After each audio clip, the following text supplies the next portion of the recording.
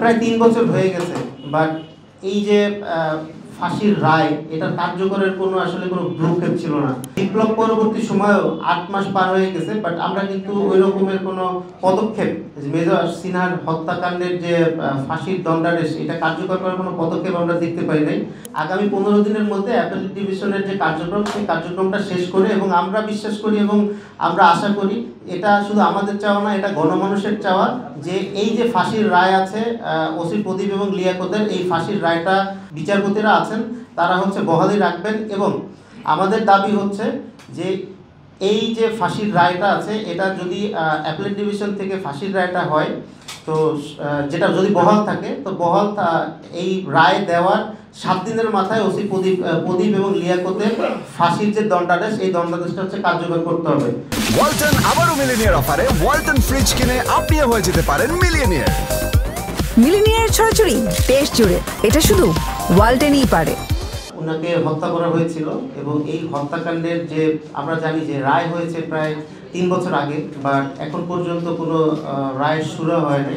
গত 23 তারিখে আপনারা জানেন যে এটা একটা অ্যাপ্লাইড ডিভিশনের সুপ্রিম কোর্টের অ্যাপ্লাইড ডিভিশনের ডেট রেফারেন্স শুনানি হিসেবে আসছে, এবং এটার কার্যক্রম চলমান আছে।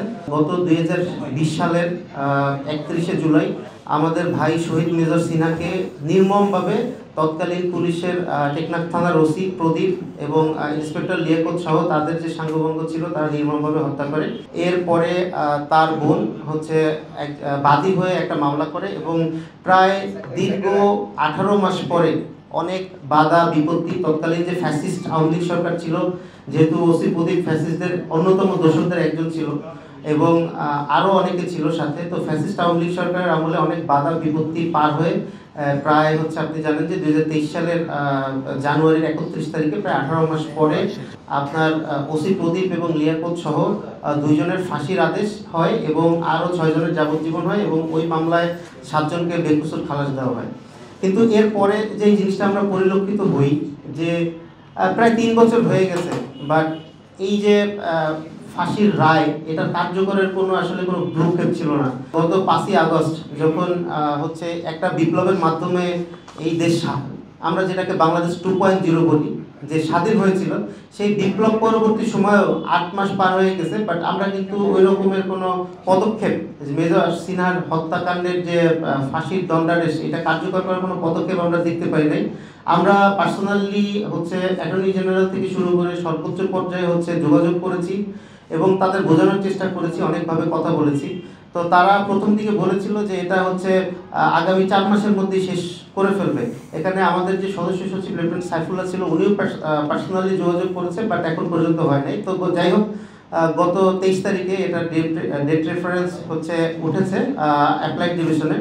তো যেহেতু এটা অ্যাপ্লাইড ডিভিশনে আছে, তো আমরা চাই যেই অ্যাপেলেট ডিভিশনের যে কার্যক্রমটা আছে এটা অতি দ্রুত যদি সম্ভব হয় আগামী 15 দিনের মধ্যে অ্যাপেলেট ডিভিশনের যে কার্যক্রম সেই কার্যক্রমটা শেষ করে, এবং আমরা বিশ্বাস করি এবং আমরা আশা করি এটা শুধু আমাদের চাওয়া না, এটা গণমানুষের চাওয়া, যে এই যে ফাঁসির রায় আছে ওসি প্রদীপ এবং লিয়াকতের, এই ফাঁসির রায়টা বিচারপতিরা আছেন তারা বহালি রাখবেন। এবং আমাদের দাবি যে এই যে ফাঁসির রায়টা আছে এটা যদি অ্যাপেলেট ডিভিশন থেকে ফাঁসির রায়টা হয়, তো যেটা যদি বহাল থাকে, তো বহাল এই রায় দেওয়ার 7 দিনের মাথায় ওসি প্রদীপ এবং লিয়াকতের ফাঁসির যে দণ্ডাদেশ, এই দণ্ডাদেশটা কার্যকর করতে হবে।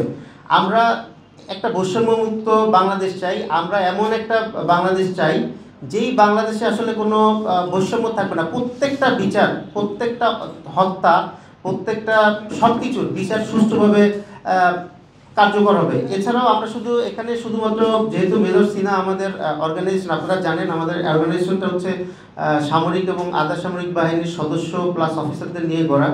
তো সেহেতু আমরা হয়তো মেজর সিনহা নিয়ে কথা বলছি, বাট আমরা শুধু মেজর সিনহা স্যারের মধ্যেই থাকতে চাই না। আমরা বাংলাদেশের যতগুলো হত্যাকাণ্ড আছে, আপনি বলতে পারেন যে কিছুদিন আগে আমাদের বোন আসিয়াকে নির্মমভাবে হত্যা করা হয়েছে, পারভেজকে নির্মমভাবে হত্যা করা হয়েছে। এছাড়া আপনারা দেখেছেন যে ঢাকা বিশ্ববিদ্যালয়ে একটা মব ক্রিয়েট করে তোফাজ্জল নামক একটা নিরীহ মানুষকে হত্যা করা হয়েছে। এই প্রত্যেকটা হত্যাকাণ্ডের নিন্দা আমাদের পক্ষ থেকে জানাই। শুধু নিন্দাই না, আমরা আপনাদের বলতে চাই যে প্রত্যেকটা হত্যাকাণ্ডের যে বিচারিক প্রক্রিয়া চলমান আছে। সেই বিচারিক প্রক্রিয়ায় আমাদের চোখ রয়েছে এবং আমরা চেষ্টা করব আমাদের অ্যাসোসিয়েশনের পক্ষ থেকে প্রত্যেকটা হত্যাকাণ্ড যাতে সর্বোচ্চ শাস্তি দেয় সেই দাবি